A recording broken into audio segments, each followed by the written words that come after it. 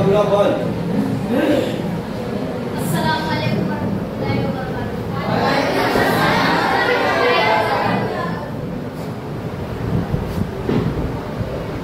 इल्म रियाज़ी पर अहद। भारत मेरा मुल्क है।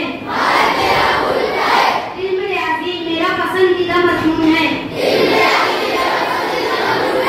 मैं इल्म रियाज़ी में बेहद दिलचस्पी लेता हूँ। अपने वतन के सभी माहिरीन इल्म रियाज़ी पर मुझे फख्र है। इन माहिरीन इल्म रियाज़ी के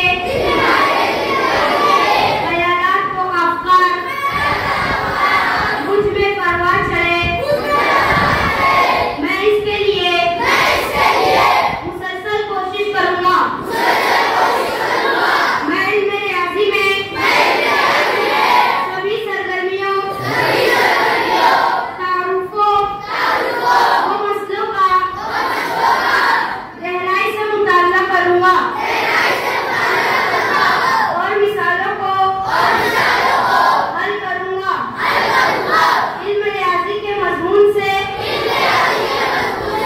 सच्ची वफादारी की कोशिश करता रहूँगा। दिलचस्पी के साथ इल्म रियाज़ी का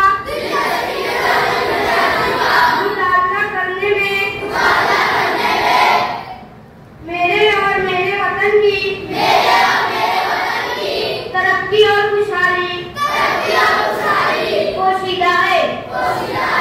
जय भारत, जय इल्म रियाज़ी।